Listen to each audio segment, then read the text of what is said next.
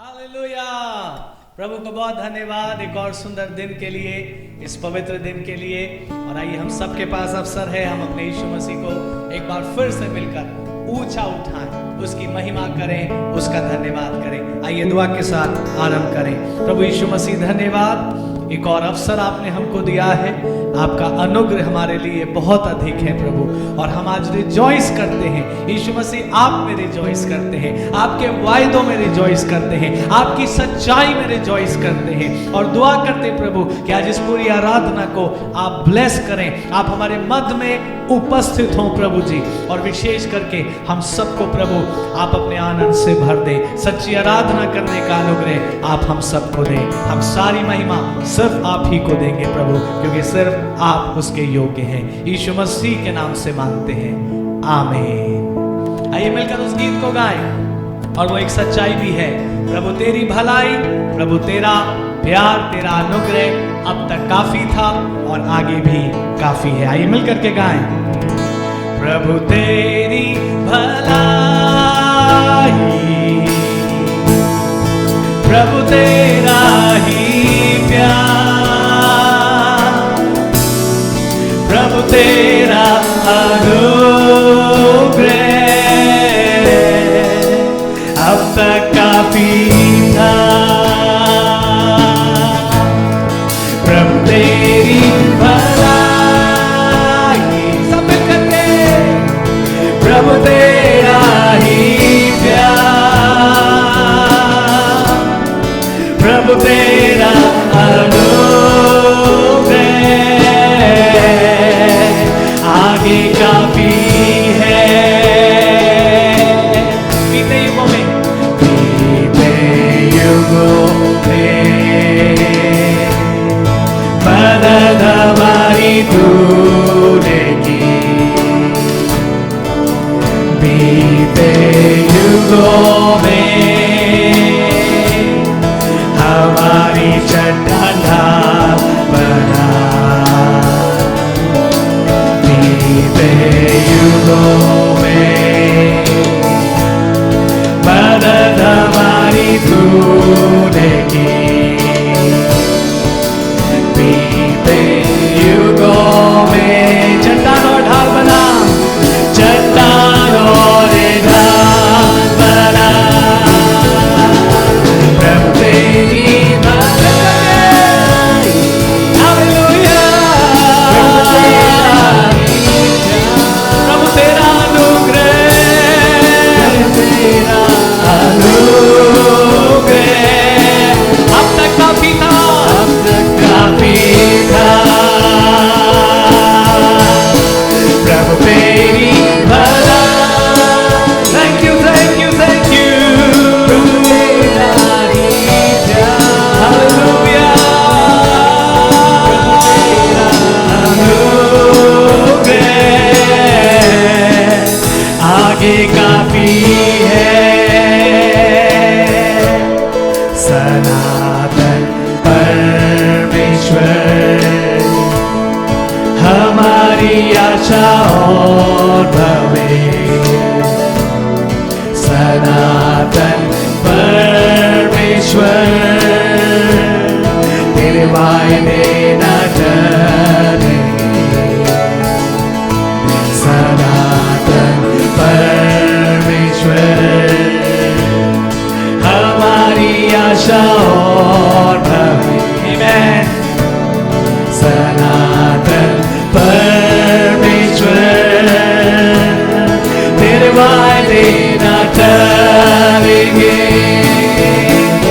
प्रभु तेरी भलाई, प्रभु तेरा ही प्यार, प्रभु तेरा अनुग्रह अब तक काफी था। प्रभु तेरी भलाई, प्रभु तेरा ही प्यार, प्रभु तेरा अनुग्रह आगे काफी है।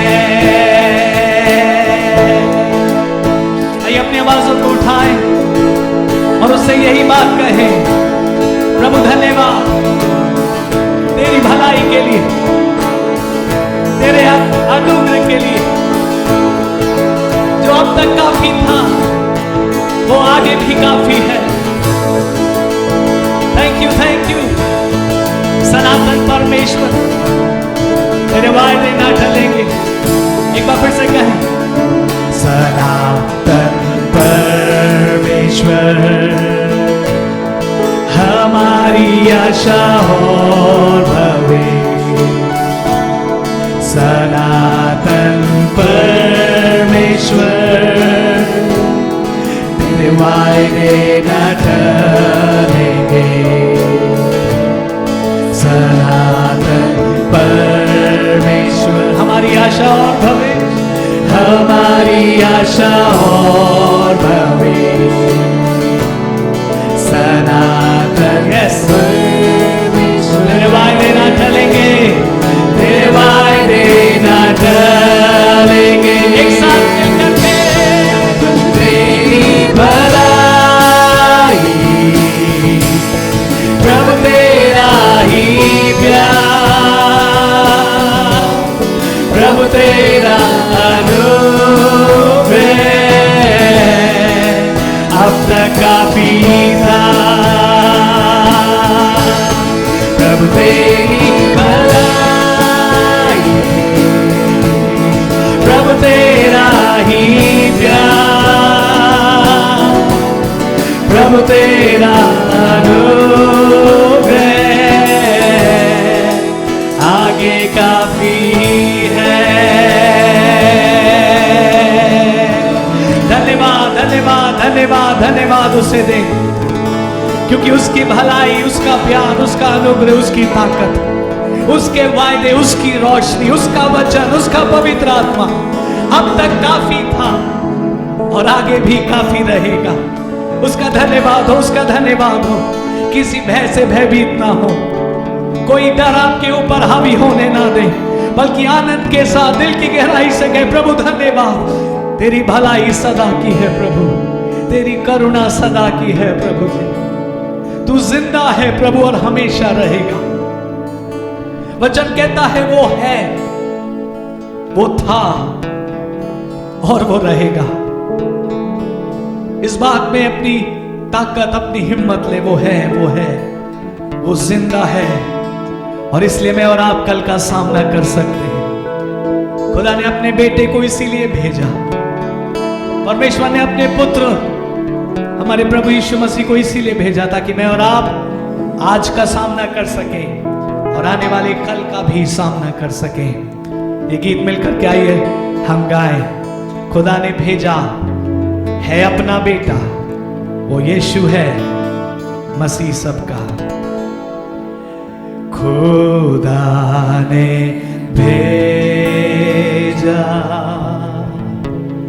है अपना बेटा, वो यीशु है मसीह सबका। मेरे खातिर जी कर मरा वो, अब खाली का है सब, वो जिंदा है, वो जिंदा है,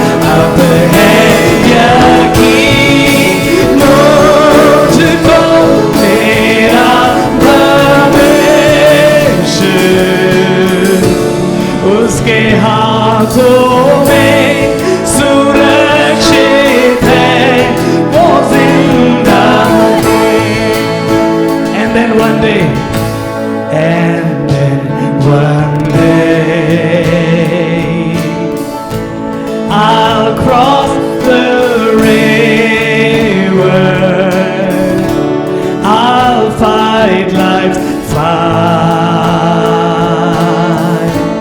no more with pain. And then as death gives way to victory,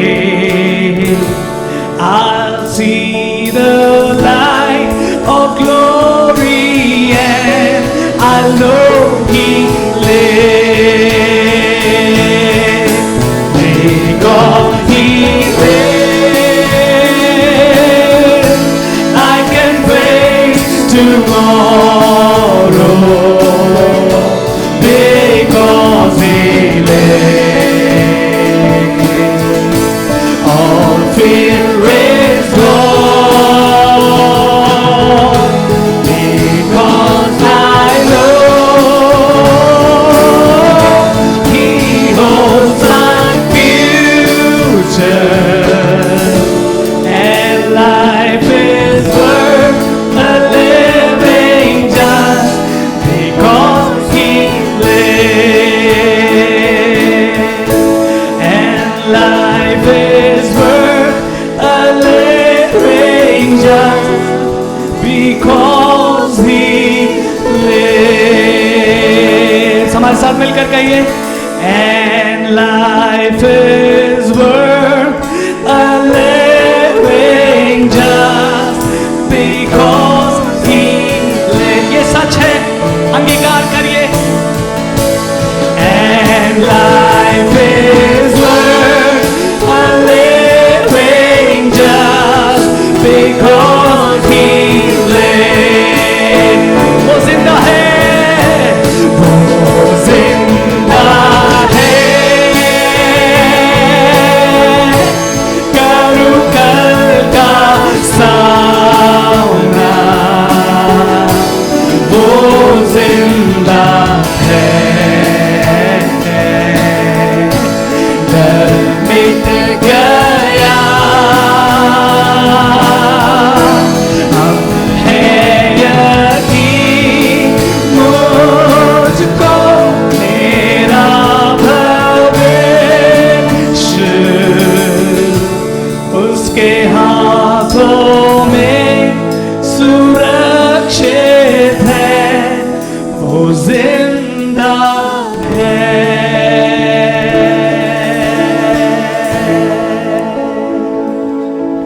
मेरा भविष्य उसके हाथों में सुरक्षित है. हाँ प्रभु जी, हम आपको बहुत धन्यवाद कहते हैं, क्योंकि हमारे जीवन आपके हाथों में है, हमारे भविष्य आपके हाथों में है और वो सुरक्षित है. यीशु मसीह की एक बात मुझे याद आ रही है. यूहन्ना 10 में उसने कहा मैंने तुमको अपने पिता के हाथों में सौंप दिया है. I have given you in my father's hands. और फिर वो कहता है, और याद रखना मेरा पिता सबसे बड़ा है. मुझे और आपको याद रखना है, पिता सबसे बड़ा है. और यीशु ने कहा, कोई कभी भी तुम्हें उसके हाथों से छीन ना सकेगा. पिता के हाथ सबसे सामर्थी है, पिता के हाथ सबसे बड़े हाथ हैं. और दुनिया की कोई भी बीमारी, दुनिया की कोई भी डार्कनेस, कोई भी परिस्थिति, कोई भी निराशा मुझे और आपको उसके हाथों से कभी छीन ना सकेगी. Hallelujah, hallelujah. प्रभु के लोगों, इस बात में आनंदित हो, आनंदित हो, आनंदित हो. उसको धन्यवाद कहें, उसकी तारीफ हो, उसकी तारीफ हो, उसका धन्यवाद. अपने दिल से कहिए, अपनी आत्मा से कहिए, मेरा भविष्य उसके हाथों में सुरक्षित है. मेरा भविष्य उसके हाथों में सुरक्षित है. वो जिंदा है, इसलिए मैं कल का सामना कर सकता हूँ. वो जिंदा है, इसलिए मैं आज की परिस्थिति का सामना कर सकता हूँ. Because he lives, I can face tomorrow. धन्यवाद यीशु मसीह, धन्यवाद राजा. Oh Lord, thank you, thank you, thank you. मेरा मन कर रहा है एक बार आखिरी बार हम गा लें इसको बस हिंदी में, और आप मेरे साथ जुड़िए, क्योंकि आत्मा इस समय में वो चलन कर रहा है, वो काम कर रहा है। हमारे साथ जुड़ करके कहिए, वो जिंदा है, करूं कल का सामना, वो जिंदा है, डर मिट गया, अब है यकीन मुझको कि मेरा भविष्य उसके हाथों में सुरक्षित है। ये मिलकर एक आखिरी बार, वो जिंदा है, करूं कल का सामना, वो जिंदा है, डर मिट गया,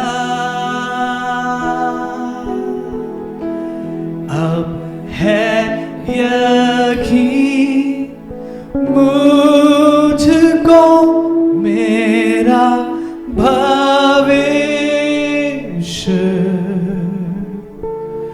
उसके हाथों में सुरक्षित है, वो जिंदा है,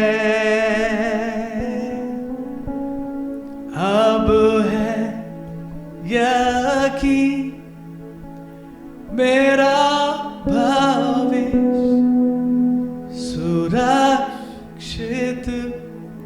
है। और हम थैंक यू कहते हैं आपकी पवित्र उपस्थिति के लिए, और हम थैंक यू कहते हैं प्रभु, आपने हमारे सारे डर को एक बार फिर से दूर किया है, और अपनी शांति से, अपनी उपस्थिति से हमको एक बार फिर से भरा है। सारी महिमा आपको मिले, आपकी कलीसिया आपकी हुजूरी में यूं ही बनी रहे, और कभी भी हम आपकी उपस्थिति से अलग ना हो। थैंक यू जीसस, सब कुछ आपके हाथों में सौंपते हुए यीशु मसीह के नाम से मांगते हैं, आमीन। अब समय है कि हम परमेश्वर के वचन में चलें, और हमारे सीनियर पास्टर साहब परमेश्वर के वचन को हमारे बीच में लेकर के आएंगे। और इस सूचना को आप ध्यान रखें कि आज सभा के बाद हम सब के पास प्रभु की मेज़ में हिस्सा लेने का अवसर है। सो हम आशा करते हैं आपने दाखरस और रोटी का इंतज़ाम रखा है, और जैसे ही संदेश खत्म होगा हम सब एक साथ मिलकर प्रभु की मेज़ में शरीक हो सकेंगे। आइए परमेश्वर के वचन में चलें। आइए हम परमेश्वर के वचन की ओर ध्यान दें। मैंने जो शीर्षक चुना है वो ये है, प्रभु यीशु मसीह को अपने जीवन में ऊंचा दर्जा दें। Let's lift Jesus on high. धर्मशास्त्र बाइबल में यूहन्ना की इंजील उसके 12वें अध्याय के 32वें पद में प्रभु यीशु मसीह ने इस प्रकार कहा, मैं यदि पृथ्वी पर से ऊंचे पर चढ़ाया जाऊंगा तो सबको अपने पास खींच लूंगा। ये बात प्रभु यीशु मसीह ने सूली पर अपने बलिदान देने से पहले लोगों से कही थी, और इसी क्योंकि ये एक बड़ी विशेष घटना है जिसके द्वारा परमेश्वर को हम महिमा देते हैं। पौलुस ने इस क्रूस की कथा के लिए ऐसा लिखा, पहले करंथियों के पहले अध्याय के 18वें पद में, क्रूस की कथा नाश होने वालों के लिए मूर्खता है, पर हम उद्धार पाने वालों के लिए परमेश्वर की सामर्थ्य है। तो हम देख रहे हैं प्रभु यीशु मसीह ने एक बड़ा कार्य मनुष्य जाति के लिए किया, सूली पर अपना प्राण बलिदान करके पापों की क्षमा और अनंत जीवन को दिया, ताकि लोग उस पर विश्वास करके अनंत जीवन की आशीष को प्राप्त कर सकें। हम जो विश्वासी हैं, हम इस बात का अनुभव रखते हैं और उसके लिए परमेश्वर का धन्यवाद करते हैं, क्योंकि हम जानते हैं हमने अपने धर्म के कामों से या व्यवस्था की विधियों को मानने के द्वारा उद्धार नहीं प्राप्त किया, लेकिन इस उद्धार को देने के लिए प्रभु यीशु मसीह के बलिदान ने हमारे जीवनों के अंदर पापों की क्षमा और अनंत जीवन की आशा दी है, या हमें अनंत जीवन दिया है, जिसके लिए हम परमेश्वर का धन्यवाद करते हैं और प्रभु को हर बात में महिमा देते हैं। पिछली बार जब मैंने परमेश्वर के वचन को आपके साथ शेयर किया था, हमारा शीर्षक यही था, प्रभु को महिमा देना।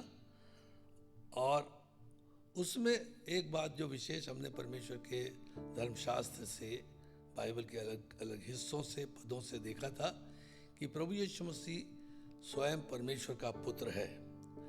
और परमेश्वर के पुत्र की विशेषता के बारे में हमने बहुत सी बातें देखी थी। अभी उनको दोहराने की में बहुत समय लग जाएगा, लेकिन हम जानते हैं इसके पहले कि प्रभु यीशु मसीह इस धरती पर मनुष्य बनकर आए। प्रभु यीशु मसीह पहले से ही पिता परमेश्वर के साथ स्वर्ग में विराजमान रहे हैं और अनादिकाल से परमेश्वर के साथ हैं। लेकिन हम परमेश्वर का धन्यवाद करते हैं, परमेश्वर ने अपने पुत्र को मेरे और आपके कारण इस धरती पर आज से 2000 साल पहले भेजा। सो हमने देखा कि स्वयं प्रभु यीशु मसीह परमेश्वर के पुत्र या स्वर्गीय हैं, लेकिन प्रभु यीशु मसीह को हमारे लिए मनुष्य बनकर इस धरती पर आना पड़ा। और इसलिए आज बाइबल के उस हिस्सों को देखेंगे जहाँ पर कि ये सिद्ध किया गया है, ये बताया गया है प्रभु यीशु मसीह मनुष्य का पुत्र है। ये स्टेटमेंट बाइबल में इस्तेमाल किए गए हैं। और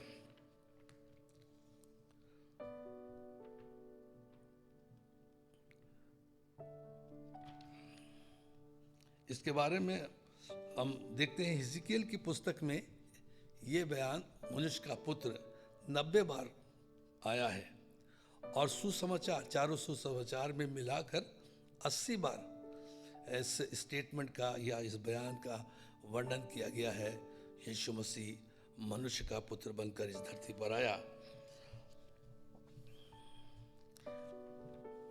पौलुस ने एक बात कही है जो कि बहुत ध्यान देने वाली बात है।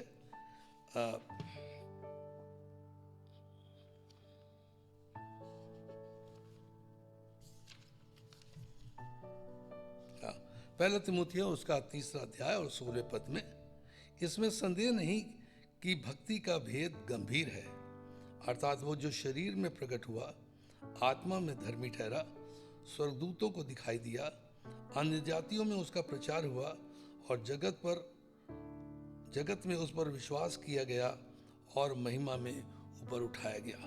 पौलुस ये समझाने की कोशिश कर रहा है, ये मनुष्य के लिए सोचना या इसको समझना बहुत मुश्किल है। किस प्रकार से स्वयं परमेश्वर जिसने इस सारी सृष्टि की रचना की, जिसने मनुष्य को बनाया, मनुष्य को पैदा किया, वो स्वयं किस तरीके से मनुष्य बनकर इस धरती पर आए। सो पौलुस ने कहा ये एक बड़ी भेद की बात है, और क्योंकि भेद की बात है इसलिए इसको समझना मुश्किल है, लेकिन इसको ग्रहण करना हमारे लिए अत्यंत आवश्यक है। मैं एक घटना बाइबल से आपको बताना चाहता हूँ। इस्राएल कौम जब बयाबान में थी और वो अपने मुल्क की तरफ बढ़ रहे थे, परमेश्वर ने उनको बहुत सी आशीषें दे रखी थी, लेकिन फिर भी वो बहुत सी बातों के लिए परमेश्वर से कुड़कुड़ाते बुड़बुड़ाते रहे, और उनका कुड़कुड़ाना बुड़बुड़ाना परमेश्वर को पसंद नहीं आया। तो परमेश्वर क्रोधित हुआ और उसने उनके कैंप में, क्योंकि वो तंबुओं में रहा करते थे, उनका कोई परमानेंट स्थान था नहीं, एक स्थान से दूसरे स्थान तक जाया करते थे, तो परमेश्वर ने उनके कैंप्स में सांप भेज दिए, जहरीले सांप, और जहरीले सांप लोगों को काटने लगे और जिसके जहर के कारण बहुत से लोग मरने लगे। तो जब मूसा को यह सूचना मिली तो मूसा परमेश्वर के पास गया और कहने लगा, प्रभु ये आपने क्या किया है, इसमें तो सारी कौम मर जाएगी। तो परमेश्वर ने मूसा से कहा, जल्दी से एक पीतल का सांप बना और उसको बल्ली पर ऊपर लटका दे, और लोगों से कहे कि जो कोई बल्ली के पर लटके हुए पीतल के सांप को देख लेगा वो बच जाएगा, उसके शरीर से सांप का जहर चला जाएगा। मनुष्य रूप से अगर हम इसको सोचें, अपनी बुद्धि लगाएं, तो हम बहुत सी बातें कह सकते हैं। जहरीले सांप ने काटा है, जहर शहर में चल रहा है, कैसे हो सकता है एक पीतल के सांप को देखने से इंसान का शरीर से जहर खत्म हो जाएगा। लेकिन परमेश्वर जो भी करता है, बहुत बड़े बड़े आश्चर्यकर अद्भुत के काम उसने किए हैं और वो करता भी है, जो मनुष्य के लिए समझना बहुत मुश्किल है। लेकिन हाँ, उस पर विश्वास करना ज़रूरी है, क्योंकि धर्मशास्त्र बाइबल ऐसा बताती है, जितने लोगों ने बल्ली पर लटके हुए पीतल के सांप को देखा वो सब बच गए, उनके शरीर से सांप का जहर का असर खत्म हो गया। लेकिन साथ ही में ज़्यादा लंबा नहीं है, लेकिन समझ में आता है कि जिन्होंने नहीं देखा वो मर गए। इसी प्रकार से प्रभु यीशु मसीह का बलिदान हमारे लिए उद्धार को लाता है, लेकिन जो उस पर विश्वास करेंगे उन्हीं के लिए। तो परमेश्वर का धन्यवाद करें। पौलुस ने इस बात को बताया, ये बहुत गंभीर बात है, इसका समझना मुश्किल है कि कैसे परमेश्वर मनुष्य बन गया, लेकिन ये सच है कि प्रभु यीशु मसीह मनुष्य रूप में इस धरती पर आया।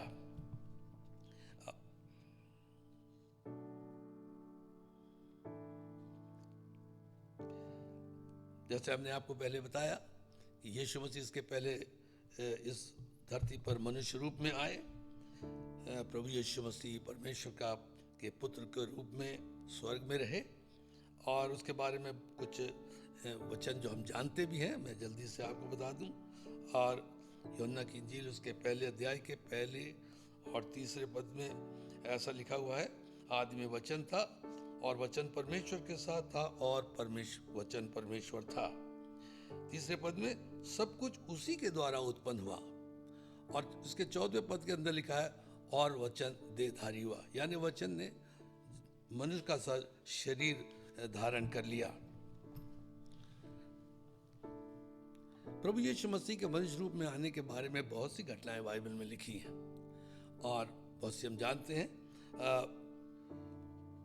पहली बात तो मत्ती की इंजील उसके पहले अध्याय के पहले 17 पद में प्रभु यीशु मसीह की पूरी वंशावली का वर्णन लिखा है।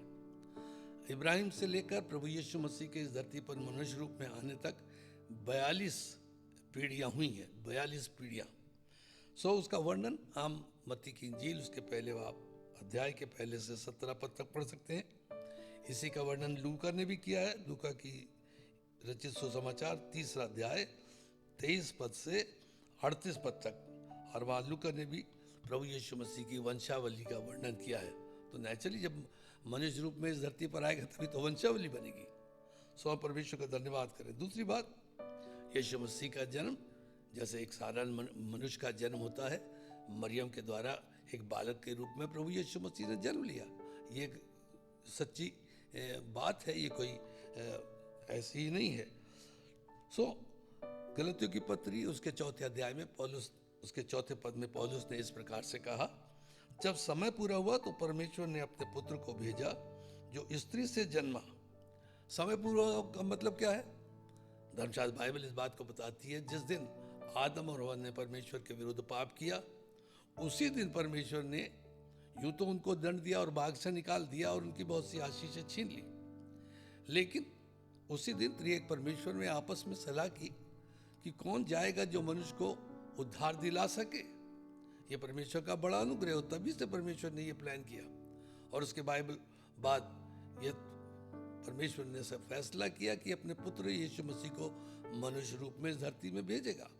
और फिर बाइबल ऐसा बताती है, तमाम भविष्यद्वक्ताओं के द्वारा परमेश्वर समय समय पर ये बात लोगों को बताता रहा। अपनी इस्राएल कौम के द्वारा, तमाम घटनाओं के द्वारा परमेश्वर इन बातों को बताता रहा कि वो अपने पुत्र को मनुष्य रूप में इस धरती पे भेजेगा, जो उसने आज से 2000 साल पहले किया। फिर हम प्रभु यीशु मसीह के जीवन के बारे में जब पढ़ते हैं, जब 12 साल का था प्रभु यीशु मसीह, है ना, लड़कपन में था और वो मंदिर में चला गया और वहाँ व्यवस्थापकों से, शास्त्रियों से मिलकर बातचीत करता था, और वो उसने उनके उपदेशों को सुनता भी था और उनसे बातचीत भी करता था, सवाल करता था, उनका जवाब देता था। एक साधारण मनुष्य के रूप में प्रभु यीशु मसीह ने अपने जीवन को इस धरती पर बिताया है। और हम देखते हैं उसी समय में प्रभु यीशु मसीह के माता पिता उसको ढूंढते हुए आए, जैसा कि हम बाइबल में पढ़ते हैं। माता पिता पर मनाने आए थे, वो लौट गए और प्रभु यीशु मसीह छूट गए और वो मंदिर में व्यवस्था को से बातचीत करते रहे। लिखा है वो एक पड़ाव चले गए, एक दिन समय निकल गया, तब उन्होंने ढूंढा यीशु मसीह को। फिर लौटते 3 दिन हो गए और तब प्रभु यीशु मसीह को उन्होंने मंदिर में पाया। और फिर लिखा है प्रभु यीशु मसीह उनके साथ चले गए। लेकिन परमेश्वर के वचन में ऐसा लिखा हुआ है, वो उनके अधिकार के अंदर पाया गया। लूका की इंजील उसका 2 अध्याय और 51वें पद में वो अपने माता पिता के साथ गया और उनके अधिकार के अंदर रहा। माता पिता की आज्ञा के अनुसार वो अपने जीवन को गुजारता रहा। एक बड़ी अच्छी इस समय हम शिक्षा प्रभु यीशु मसीह के इस लड़कपन के जीवन से सीख सकते हैं कि प्रभु यीशु मसीह अपने माता पिता की आज्ञा के अंदर उनकी इच्छा के अनुसार अपने जीवनों को प्रभु यीशु मसीह 30 साल की उम्र तक परिवार में रहकर उसको मानते आए और या उनके ताबे रहे हैं। और इसके बारे में बाइबल में बहुत सी बातें लिखी हैं कि हम अपने माता पिता का आदर करें। हम सोचते हैं ये शिक्षा सिर्फ बच्चों के लिए है या जवानों के लिए है, लेकिन मैं सोचता हूँ हर पीढ़ी के लोगों के लिए, जिनके पास उनके बुजुर्ग माता पिता हैं और भी हैं, कोई भी क्यों ना हो, उनका सम्मान करना, उनकी इज्जत करना, उनका ख्याल करना और उनकी आज्ञा मानना, ये बाइबल हमें सिखाती है और प्रभु यीशु मसीह ने स्वयं इस बात को करके दिखाया है। हम जानते हैं जब परमेश्वर ने मूसा के द्वारा 10 आज्ञाएं दी तो निर्गमन की पुस्तक 20वें अध्याय 12वें पद में जो छठी आज्ञा है परमेश्वर की वो ये है, तू अपने पिता और अपनी माता का आदर करना, जिससे जो देश तेरा परमेश्वर यहोवा तुझे देता है उसमें तू बहुत दिन तक रहने पाए। एक लंबे जीवन की प्रतिज्ञा इसके अंदर दी गई है। लेवियों की पुस्तक 19वें अध्याय के 3 पद में लिखा, तुम अपनी अपनी माता और अपने अपने पिता का भय मानना। सो जरूरी है, चाहे हम बच्चे हों, जवान हों या उम्र में ज़्यादा भी हो गए हों, इन बातों को हमें अपने जीवन के अंदर याद रखना चाहिए कि माँ बाप का आदर सम्मान करना, उनकी मर्जी के अंदर जीवन गुजारना, ये हमारा एक कर्तव्य है। पौलुस ने इफिसियों की पत्री उसके पहले 3 पदों के अंदर इस बात को बताया, हे बालकों, प्रभु में अपने माता पिता के आज्ञाकारी बनो, क्योंकि ये उचित है। अपनी माता और अपने पिता का आदर कर, ये पहली आज्ञा है जिसके साथ प्रतिज्ञा भी है कि तेरा भला हो और तू धरती पर बहुत दिन तक जीवित रहे। सो हम देख रहे हैं ये प्रभु यीशु मसीह ने एक बालक के रूप में इस बात को पूरा किया और प्रभु यीशु मसीह उनके आज्ञाकारी बने रहे। साथ ही साथ हम ये देखते हैं, इतना ही नहीं, प्रभु यीशु मसीह सूली पर जाने चाहते, जब वो सूली पर लटकाया गया था, अपने मरने से पहले उसकी माता मरियम सूली के पास खड़ी थी और एक शिष्य जिससे प्रभु यीशु मसीह बहुत प्रेम करते थे, यूहन्ना, वो भी वहाँ खड़ा था। प्रभु यीशु मसीह को अपनी माँ की चिंता थी और सूली पर से प्रभु यीशु मसीह ने अपनी माँ से क्या कहा, देख ये तेरा पुत्र है, यूहन्ना की तरफ इशारा करके, और फिर यूहन्ना से कहा ये तेरी माता है। और आगे वचन के अंदर लिखा हुआ है, उस समय से यूहन्ना मरियम को, यीशु मसीह की माता को अपने घर ले गया। सो प्रभु को यहाँ तक चिंता है, एक अच्छा नमूना प्रभु ने दिया है जो हमारे लिए भी सीखने की आवश्यकता है और उसके ऊपर अमल करने की आवश्यकता है, ताकि हम भी प्रभु यीशु मसीह जैसा स्वभाव अपने जीवन के अंदर रखें। आगे चलकर हम यीशु मसीह के बारे में पढ़ते हैं लूका की इंजील उसके 2 अध्याय के 52वें पद में कि यीशु मसीह बचपन में ही जब बड़ा हो रहा था, लिखा हुआ बुद्धि और डील डॉल में परमेश्वर और मनुष्य के अनुग्रह में बढ़ता गया। परमेश्वर के भय में, परमेश्वर की आज्ञा के अनुसार प्रभु यीशु मसीह जीवन गुजारा है। हालांकि स्वयं परमेश्वर के बराबर था वो, और मनुष्यों के अनुग्रह में या मनुष्यों को भी प्रभु ने किसी प्रकार से दुखी नहीं किया है, निराश नहीं किया है, लेकिन उनके अनुग्रह में प्रभु यीशु मसीह जीवन गुजारते रहे। सो हम इन बातों से क्या देख रहे हैं? ये देख रहे हैं प्रभु यीशु मसीह स्वर्गीय होने के बावजूद भी एक मनुष्य बनकर इस धरती पर आया और उसने अपना जीवन गुजार दिया। जब प्रभु यीशु मसीह ने अपनी सेवा शुरू करी तो प्रभु यीशु मसीह ऐसा नहीं अलग थलग रहता हो, कई सन्यास लेके बैठा हो, ये भी नहीं, लोगों से मिलता जुलता था। प्रभु यीशु मसीह के बारे में मत्ती की इंजील 9वें अध्याय के 35 पद में लिखा, यीशु सब नगरों और गांवों में फिरता रहा और उनके आराधनालयों में उपदेश करता और राज का सुसमाचार प्रचार करता और हर प्रकार की बीमारी और दुर्बलता को दूर करता रहा। सो परमेश्वर के राज का सुसमाचार भी सुनाता था, लोगों की बीमारियों को भी चंगा करता था, हर प्रकार की कष्टों से लोगों को आज़ाद करता था। कहने का मतलब ये है, यीशु मसीह लोगों में, ये समाज में मिलता जुलता रहता था। ना केवल मिलता जुलता रहता था, लोग उनको सही मार्ग दिखाता था, उनकी सहायता किया करता था लोगों की बीमारी और से उनको चंगाई देने के द्वारा। इतना ही नहीं, प्रभु यीशु मसीह लोगों के घरों में भी विजिट करता था। कई उदाहरण बाइबल में पाए जाते हैं, आप भी इन बातों को जानते हैं कि जो जहाँ जहाँ प्रभु यीशु मसीह का स्वागत किया गया है, प्रभु यीशु मसीह खुशी से उन लोगों के घर में गए। बाइबल के अध्ययन से ऐसा लगता है प्रभु यीशु मसीह साधारण लोगों के घरों में गए, अपने अजीज रिश्तेदारों के भी घरों में गए हैं। प्रभु यीशु मसीह जो धर्मगुरु हैं उनके यहाँ भी जाते थे। जो तिरस्कृत लोग थे या जिनको उस ज़माने में पापियों की श्रेणी में रखा जाता था, जब वो यीशु मसीह को अपने यहाँ बुलाते थे, प्रभु उनके यहाँ भी जाते थे। फॉर उदाहरण के रूप में यीशु मसीह यूहन्ना की इंजील 2 अध्याय में हम पढ़ते हैं, काना गलील में विवाह था, यीशु मसीह की माँ का स्वागत वहाँ था और यीशु मसीह भी और उसके शिष्य भी उसमें गए हुए थे। उसने वहाँ गया है।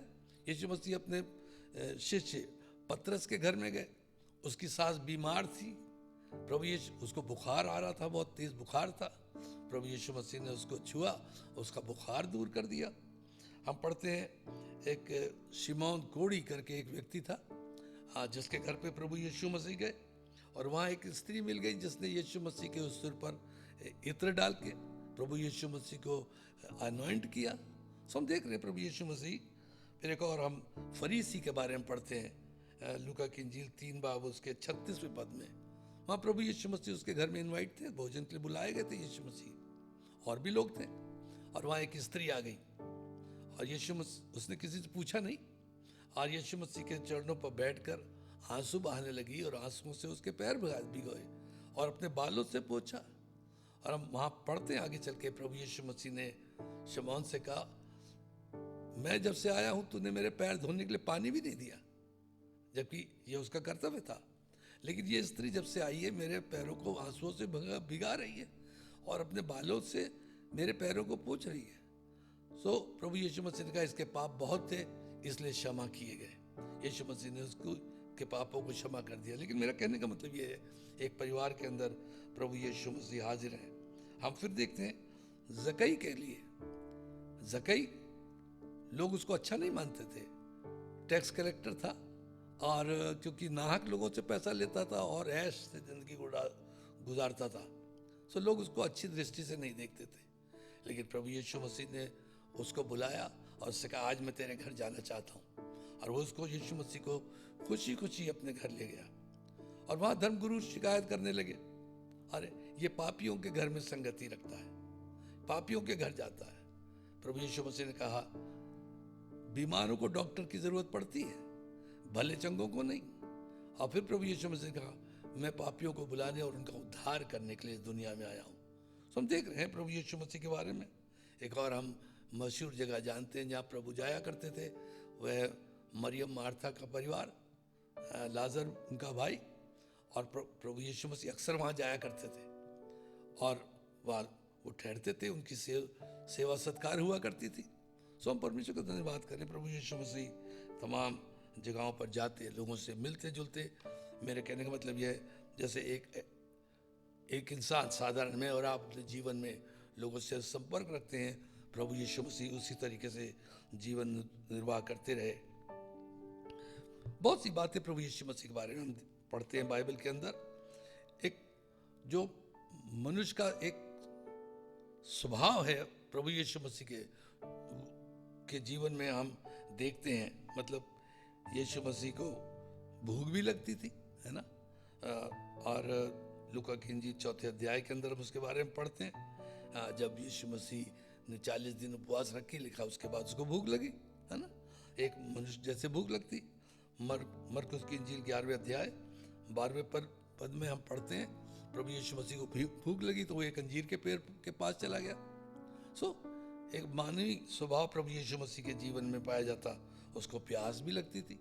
हम यूहन्ना की इंजील 4 अध्याय में पढ़ते हैं याकूब के कुएं पर यीशु बैठ गया। शिष्य तो खाना लेने चले गए और एक स्त्री वहाँ पर आई, यीशु ने मुझसे कहा मुझे पानी पिला, मतलब वो प्यासा था। फिर हम आगे पढ़ते रहे। प्रभु यीशु मसीह थक भी जाते थे, मैं और आप अक्सर कार्य करते करते थकते, हमें आराम की ज़रूरत पड़ती है। और कई बार प्रभु यीशु मसीह के साथ इन बातों को हम देखते हैं। एक तो वही याकूब को कुएं पर लिखा हुआ, थका मांदा था इसलिए वहाँ बैठा हुआ था जब तक शिष्य उसके लिए भोजन लाए। फिर हम और भी जगहों पर पढ़ते हैं, प्रभु यीशु मसीह ने एक बार अपने शिष्यों से कहा बहुत सेवा कर ली है, आप अलग एक स्थान पे आकर आ जाओ और थोड़ी देर आराम करो। सो उसने भी आराम किया। फिर हम देखते हैं प्रभु यीशु मसीह को नींद भी आई। साधारण सी बात है, मनुष्य तो सोएगा ही, है ना। सो लिखा है प्रभु यीशु मसीह नाव में थे और वो थक गए तो सो गए निचले हिस्से में, और नाव में पानी भरने लगा। फिर आप जानते हैं किस तरीके से शागिर्द आए और कहने लगे प्रभु हम डूबे जा रहे हैं, आपको हमारी चिंता नहीं। प्रभु यीशु मसीह ने खड़े होकर तूफान को और आंधी को डांटा और सब शांत हो गया। सो हम देख रहे हैं ह्यूमन फीलिंग्स प्रभु यीशु मसीह के जीवन में हम देखते हैं। फिर विशेष रीति से जब लाजर मर गया, यीशु मसीह को पता था कि लाजर की मृत्यु हो गई है। जब उसके पास सूचना आई थी कि वो बीमार है, आप आ जाइए, यीशु मसीह ज़्यादा दूर नहीं थे, कुल 2 कोस की दूर पर थे, शायद 4 मील की दूर पर थे यीशु मसीह वहाँ से। लेकिन प्रभु यीशु मसीह नहीं गए, रुके गए। वो जा सकते थे, 2 मील बहुत दूर की बात नहीं थी, लेकिन प्रभु यीशु मसीह रखे रहे, नहीं गए। और फिर बाद में गए और उन्होंने शिष्य से कहा हमारा मित्र लाजर सो गया है। तो शिष्य कहने लगा सो गया तो जाग जाएगा, कितना लंबा सोएगा। लेकिन फिर प्रभु यीशु मसीह का मतलब ये था कि वो मर गया। और जब यीशु मसीह वहाँ आए तो यूं तो यीशु मसीह को मालूम था कि मैं इसको जीवित कर दूंगा, मैं ये जीवित हो जाएगा। लेकिन फिर भी वहाँ का माहौल देख के लोग इतने दुखी थे, परिवार तो दुखी था ही, दोनों बहनें बहुत रो रही थी बहुत, और तमाम उसके आसपास के लोग, मिलने जुलने वाले, उनके अजीज रिश्तेदार, भीड़ लगी थी, सब मातम कर रहे थे, सब रो रहे थे जब यीशु मसीह आए, है ना। प्रभु यीशु मसीह उनकी फीलिंग्स को देखिए प्रभु यीशु मसीह ने। और लिखा है फिर यीशु मसीह रोती है। लोग अलग अलग विचार इस सिलसिले में देते हैं। कोई कहता है उनके अविश्वास के कारण यीशु मसीह रोए, व्हाटएवर में भी। लेकिन मैं ये महसूस करता हूँ मानवीय स्वभाव यीशु मसीह के अंदर था, और वो दुखी के साथ दुख में शामिल हुए। धर्मशास्त्र बाइबल में लिखा है रोने वालों के साथ रो, आनंद करने वालों के साथ आनंद करो। बहुत बार कभी कभी दुख होता है, लोग जो दुखी हैं उनके लिए तो हंसी करते हैं, आनंद करते, किसी को दुख है उनको आनंद है, ये बड़ी दुख की बात है। कई बार बिल्कुल रिवर्स है, विश्वासियों को या किसी को प्रभु ने आशीष दी, वो तरक्की कर रहा है तो फिर भी लोगों को दुख हो जाता, अरे ये उनको कोई खुशी नहीं। लेकिन हम देख रहे हैं प्रभु यीशु मसीह के स्वभाव के अंदर दुखी के साथ दुखी भी हुआ। सो फीलिंग प्रभु यीशु मसीह के जीवन के अंदर हम देख रहे हैं। ये तमाम बातें हमें इस बात को याद दिलाती हैं, प्रभु यीशु मसीह स्वर्गीय होने के बाद भी, परमेश्वर पिता का पुत्र होने के बाद भी जब मनुष्य रूप में आया तो पूरे मनुष्य रूप में उसने अपने जीवन को गुजारा, और वो कष्टों को, दुखों को जो मैं और आप उठाते हैं, प्रभु यीशु मसीह ने उनको भी महसूस किया है। और इसीलिए हम धर्मशास्त्र बाइबल में पढ़ते हैं कि वचन देहधारी हुआ और हमारे बीच में उसने डेरा किया।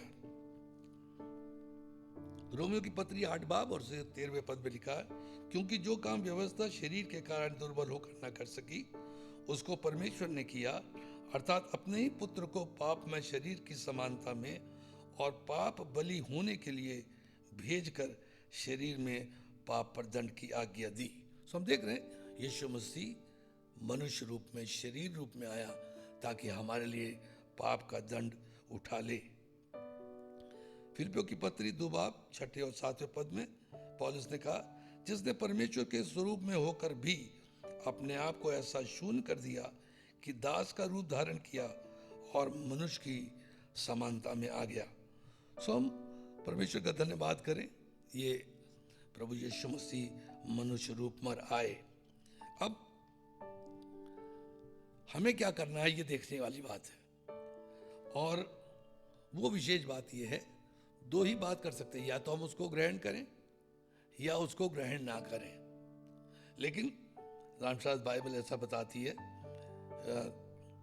लूका की इंजील 12वां अध्याय 8वां पद, यीशु ने ऐसा कहा, मैं तुमसे कहता हूं जो कोई मनुष्यों के सामने मुझे मान लेगा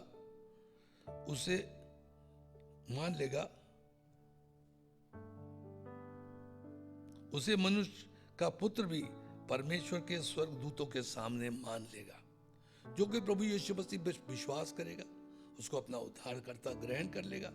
लिखा, परमेश्वर जब अपने स्वर्गदूतों के साथ प्रभु आएगा तो हमें भी ग्रहण कर लेगा, हमें भी मान लेगा। यूहन्ना की इंजील 1 यूहन्ना 4 अध्याय और 2 पद, वहां लिखा, जो आत्मा मान लेती है कि यीशु मसीह शरीर में होकर आया वो परमेश्वर की ओर से है। यूहन्ना की इंजील 1 अध्याय 12वें पद में ऐसा लिखा, जितनों ने उसे ग्रहण किया उसने उन्हें परमेश्वर की संतान होने का अधिकार दिया, अर्थात उन्हें जो उसके नाम पर विश्वास करते हैं।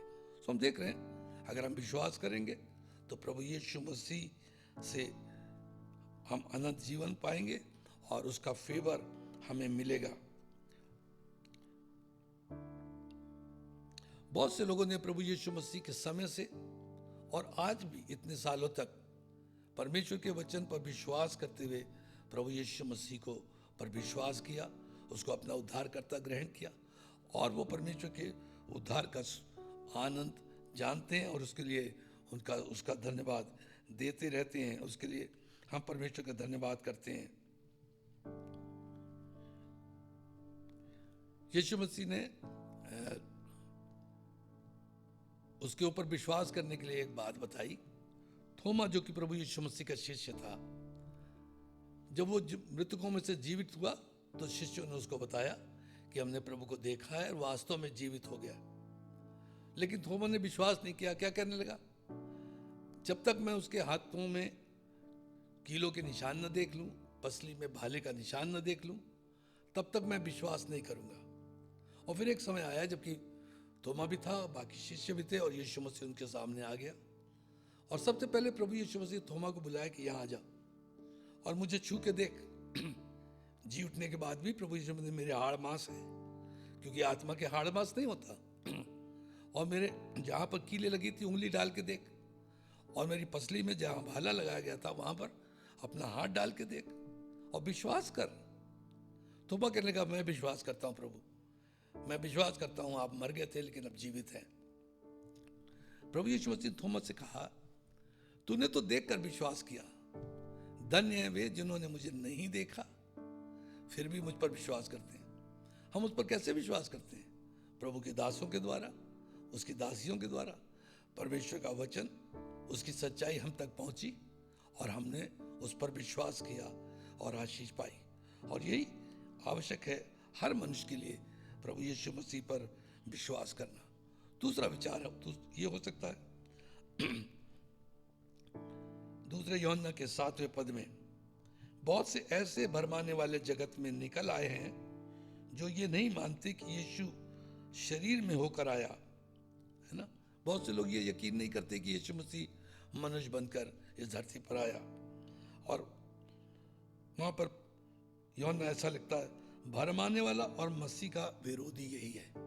जो प्रभु यीशु मसीह को ये नहीं मानते कि मनुष्य रूप में आया है, वो भरमाने वाला या शैतान के ग्रुप के अंदर है।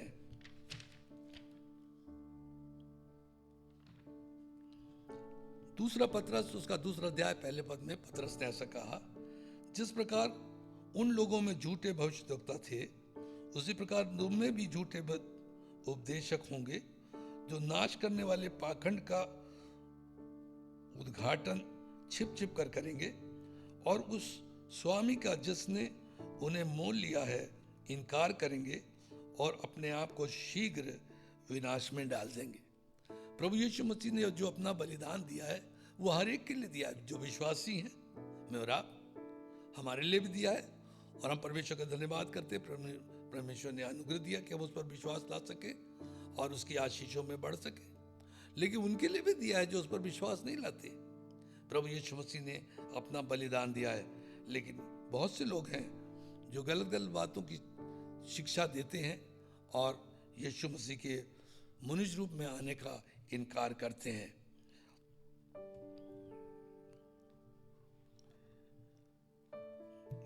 दूसरा यूहन्ना उसके 10वें और 11वें पद में लिखा है, यदि कोई तुम्हारे पास आए और वही शिक्षा ना दे, उसे ना तो घर में आने दो ना नमस्कार करो, क्योंकि जो कोई ऐसे जन को नमस्कार करता है वो उसके बुरे कामों में साक्षी होता है। मतलब ये है, जो प्रभु यीशु मसीह का इनकार करते हैं, है ना, उसको नहीं मानते, लिखा है यूहन्ना ने तो यहाँ तक सलाह दी है कि उनकी संगति भी ना करो, बल्कि यूहन्ना तो कहता है उनको सलाम भी मत करो। मुझे और आपको होशियार होना चाहिए, हम जो विश्वासी हैं, कि गलत शिक्षा से बचें और ऐसों से अपने आप को दूर रखें। मत्ती की इंजील उसके 10वें अध्याय 33 पद में प्रभु यीशु मसीह ने इस प्रकार कहा, जो कोई मनुष्यों के सामने मेरा इनकार करेगा, उससे मैं भी अपने स्वर्गीय पिता के सामने इनकार करूंगा। मरकुस रचित 8वां अध्याय 38 पद, जो कोई इस व्यभिचारी और पापी जाति के बीच मुझसे और मेरी बातों से ले जाएगा, मनुष्य का पुत्र भी जब वो पवित्र दूतों के साथ अपने पिता की महिमा सहित आएगा, तब उससे भी ल जाएगा। हम देख रहे हैं, फैसला हमारे हाथ में है। हम जिन्हें उद्धार पाया उसके लिए परमेश्वर का धन्यवाद करें, क्योंकि हमने इस बात को जाना है, यीशु मसीह स्वर्गीय भी हैं, परमेश्वर के पुत्र, और यीशु मसीह मनुष्य रूप में मनुष्य के पुत्र बन के आए और इतना बड़े बलिदान दिया ताकि हम उद्धार पा सकें और बहुत सी आशीषों उसके साथ हम पा सकें। एक छोटा सा मैं जल्दी से आपके सामने याद दिलाना चाहता हूँ। प्रभु यीशु मसीह के पास एक जवान आया और वो धनी भी था और व्यवस्थापक था, और प्रभु से सवाल किया, उद्धार पाने के लिए मैं क्या करूं, या अनंत जीवन पाने के लिए क्या करूं। प्रभु यीशु मसीह ने उससे कहा, लूका की इंजील उसके 18वें अध्याय में 18 पद से 30 पद तक इसका वर्णन है। उससे कहा, तू जो मूसा ने बातें लिखी हैं, नियम दिए हैं, उसके अनुसार अपना जीवन गुजार। वो कहने लगा, मैं बचपन से इसको मानता चला रहा हूँ। एक धर्मी जीवन या रिलीजियस मैन के रूप में अपना जीवन गुजारता रहा। तो यीशु मसीह ने उसकी ओर देखा और उससे कहा, तुझ में अभी भी एक बात की कमी है, अपना सब कुछ बेचकर मेरे पीछे हो ले और तुझे उसका प्रतिफल मिलेगा। लिखा है वो बहुत दुखी हो गया, यीशु मसीह के इनविटेशन को उसने ग्रहण नहीं किया और लिखा उदास होकर चला गया। फिर शिष्यों ने उससे सवाल करना शुरू किया, अगर ऐसे व्यक्ति को जो एक अच्छा जीवन गुजारता है, संपन्न भी है, ऐसा व्यक्ति स्वर्ग नहीं जा सकता तो कौन जा सकता है? यीशु मसीह ने कहा, स्वर्ग के भागीदार बनाने का या अनंत जीवन देने का कार्य परमेश्वर का है। मनुष्य नहीं कर सकता ये कार्य, लेकिन परमेश्वर कर सकता है। फिर आगे सवाल पतरस ने यीशु मसीह से किया, कहने लगा, हम सब कुछ बेचकर, सब कुछ छोड़कर, घर बार सब कुछ छोड़कर तेरे पीछे हो लिए, हमें क्या मिलेगा? इसी लूका की इंजील के 18 बाब के 28 से 30 पद में आपके सामने बाइबल से पढ़ दूं।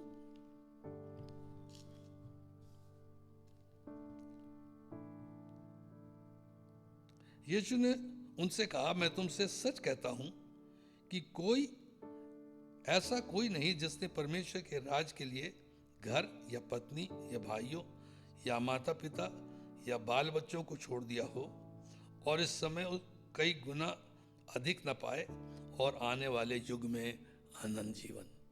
परमेश्वर ने पतरस से कहा, निराश मत हो, जो कुछ भी त्याग तूने दिया उसका कई गुना इसी धरती पर, इसी जीवन में परमेश्वर तुझको देगा। तुम्हें किसी बात की घटी कमी नहीं होगी और स्वर्ग में अनंत जीवन। सो हम परमेश्वर का धन्यवाद करें, हम जो विश्वासी हैं, कुछ भी हमने त्याग किया है, अपने जीवन की वो बातें जो हमें अच्छी लिखती थी लेकिन परमेश्वर के योग्य नहीं, को पसंद नहीं थी, हमारा पुराना जीवन, और हमने उसका त्याग किया और परमेश्वर की मर्जी में एक पवित्र जीवन के साथ चल रहे हैं, परमेश्वर की मर्जी को पूरा कर रहे हैं, परमेश्वर की आराधना परिस्थिति में जीवन गुजार रहे हैं। लिखा है, परमेश्वर कह रहा है हमें किसी बात की कमी नहीं होगी। और मैं ये भी साथ साथ जोड़ दूं, इस महामारी के टाइम में बहुत से लोगों के पास घटी और कमी है, बहुतों के पास खाने पीने को नहीं है, रहने को नहीं है, लेकिन परमेश्वर प्रतिज्ञा देता है जितने उस पर विश्वास करते हैं, उसकी मर्जी में अपने जीवन को गुजारते हैं, उनको किसी बात की घटी कमी नहीं होगी, बल्कि उसमें बढ़ती ही होगी। और साथ ही साथ आनंद, जीवन का आनंद, आशीष उनका हिस्सा बना रहेगा। सो हम परमेश्वर का धन्यवाद करें, हमने इस बात को देखा, प्रभु यीशु मसीह न केवल परमेश्वर के पुत्र स्वर्गीय हैं, वो है ही, लेकिन साथ ही साथ मेरे और आपके कारण मनुष्य बनकर इस धरती पर आए, अपना प्राण सूली पर त्याग दिया ताकि हम उस पर विश्वास करके उद्धार पाएं और उसके उद्धार में बने रहें और उसकी आशीषों में बढ़ते चले जाएं। परमेश्वर को धन्यवाद करें। आइए हम प्रार्थना करें। प्रेमी पिता परमेश्वर, हम धन्यवाद देते हैं, आपने अनुग्रह दिया, आपके वचन के द्वारा प्रभु हम आपकी इच्छा को जानने पाए। हमारी प्रार्थना प्रभु, इस वचन के द्वारा हर एक सुनने वाले को आप आशीष दें। प्रार्थना यीशु के नाम से मांगते हैं, आमीन। आइए अब हम अपने आप को तैयार करें और मिलकर के इस प्रभु भोज में सम्मिलित हों। बाइबल हमें बहुत सारी आशीषों के विषय में बताती है जो प्रभु भोज के द्वारा मुझे और आपको प्राप्त होती हैं। पुराने नियम में फसह का पर्व प्रभु भोज की तस्वीर है। वो समय जब इजरायली मिस्र में से निकले और उस रात जब परमेश्वर ने कहा था कि वो बलिदान करके उसके लहू को अपने दरवाजे की चौखटों पर लगाना, और रात को मौत का दूत आएगा, लेकिन जिस घर पर लहू लगा हुआ होगा उस घर में मौत का दूत एंटर नहीं करेगा। और ये बड़ी खूबसूरत तस्वीर प्रभु ने मुझे और आपको दी है, क्योंकि इसका फुलफिलमेंट हमारे प्रभु यीशु मसीह के बलिदान में पूरा होता है। हमारे प्रभु के बलिदान के द्वारा हम सब भी मौत से छूट करके उस जीवन में प्रवेश कर चुके हैं। सो आइए उसी आनंद के साथ, धन्यवाद के साथ मिलकर के प्रभु को धन्यवाद दें, दुआ करें कि परमेश्वर आज इस मेज़ पर अपनी आशीष दे। और जब हम सब इसमें सम्मिलित होते हैं तो प्रभु की तमाम वो आशीषें और प्रभु की ताकत मुझे और आपको प्राप्त हो जाए। आइए प्रार्थना करें। प्रभु यीशु मसीह, हम आपको धन्यवाद देते हैं आपके उस क्रूस के बलिदान के लिए। हम धन्यवाद देते हैं कि आपका बदन हमारे लिए तोड़ा गया एक रोटी के समान, और उससे हमको ज़िंदगी मिली है। प्रभु जी, हम धन्यवाद देते हैं आपके उस लहू के लिए जो वाचा का लहू है प्रभु, जिसके द्वारा प्रभु हम सबको जीवन मिलता है। प्रभु जी, आज हमारी दुआ है प्रभु, आपके बच्चों ने, आपके लोगों ने जो रोटी और दाखरस का इंतज़ाम रखा है, आप अपने हाथ को बढ़ाकर उसको ब्लेस कर दें परमेश्वर। और जब हम सब मिलकर के इस रोटी को तोड़ते हैं और एक साथ इस कटोरे में शरीक होते हैं प्रभु जी, आपकी सामर्थ, आपकी चंगाई, आपका जीवन, आपकी आशीषें आपके बच्चों को प्राप्त हो जाएं प्रभु। उनकी सारी नीड्स आज आपकी इस मेज़ में सम्मिलित होने के द्वारा पूरी हो जाएं, और सब आपके आनंद से भर के आपकी बड़ी महिमा और स्तुति करने पाएं। एक बार फिर से प्रभु हम धन्यवाद देते हैं आपके क्रूस के बलिदान के लिए, और सारी महिमा सिर्फ आपको देते हैं, और ये दुआ यीशु मसीह के नाम में होकर मांगते हैं, आमीन। आइए उस रोटी को ले लें जो आपने तैयार करी है अपने घर में, और हम धन्यवाद के साथ उस रोटी को तोड़ें।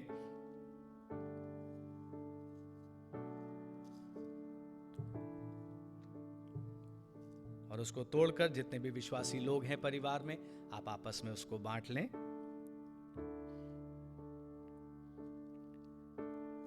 और आइए अब हम सब एक साथ मिलकर के इस रोटी में शरीक हों।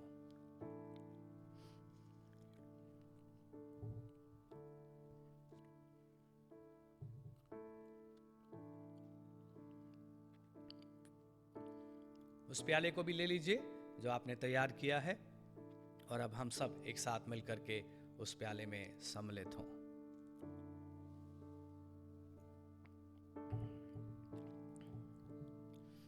Thank you Jesus, thank you Lord. आइए प्रार्थना करें और प्रभु को धन्यवाद दें। थैंक यू लॉर्ड, धन्यवाद धन्यवाद धन्यवाद प्रभु। ये आपका बलिदान है, ये आपके बलिदान की वो सुंदर तस्वीर है जो प्रभु आपने हम सबको दिया है प्रभु जी। और ये हमारी आशा भी है प्रभु, ये हमारा दृढ़ भरोसा भी है प्रभु, कि आज हम इस मेज़ में शरीक होते हैं लेकिन वो दिन जल्द आएगा प्रभु, जब हम मेमने के ब्याह के भोज में सम्मिलित होंगे और हम सब मिलकर के प्रभु आपके उस स्वर्गीय आनंद में शरीक हो पाएंगे, उसमें प्रवेश करके प्रभु जी फिर हम इटर्निटी तक आपकी महिमा और आपकी तारीफ कर पाएंगे। एक बार फिर से मेरी दुआ है प्रभु जी, जितनों ने इस मेज़ में हिस्सा लिया है, आपकी चंगाई उनको मिले, आपकी ताकत उनको मिले, आपका स्पर्श उनको मिले प्रभु जी। पवित्र आत्मा से आपके बच्चे, आपके लोग परिपूर्ण हो जाएं प्रभु जी। और प्रभु ये सारी परिस्थितियों के बीच में भी एक विक्टोरियस जीवन को जी पाएं प्रभु, एक विश्वास से भरा हुआ जीवन जी पाएं और अपने जीवनों से और अपने परिवारों से यीशु मसीह आपको ग्लोरीफाई कर पाएं। धन्यवाद देते हैं आज की पूरी सभा के लिए, आराधना के लिए, वचन के लिए और सारी आशीषों के लिए जो आपने हम सबको दी हैं। इन आशीषों में हम सब बने रहें, बढ़ते जाएं और आपकी महिमा हम सब के द्वारा और हमारी संपूर्ण कलीसिया के द्वारा निरंतर होती रहे। धन्यवाद हमारी दुआ सुनने के लिए, यीशु मसीह के नाम में होकर मांगते हैं, आमीन। अब हमारे प्रभु यीशु मसीह का अनुग्रह, पिता परमेश्वर का प्रेम और पवित्र आत्मा की सहभागिता और संगति जब तक मसीह दोबारा नहीं आता हम सब के साथ होती रहे, आमीन।